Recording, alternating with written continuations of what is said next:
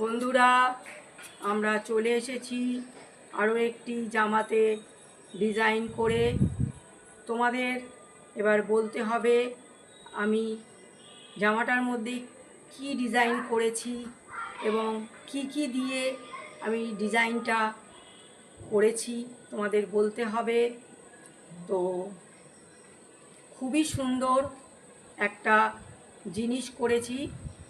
তো কি কি দিয়ে আমি তৈরি করলাম, অনেক পরিশ্রম এর মধ্যে আছে।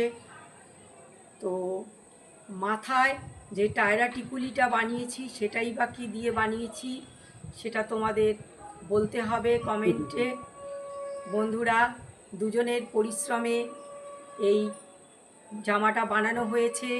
তো তোমরা লাইক কমেন্ট শেয়ার করে দেবে, ভিডিওটা দেখবে।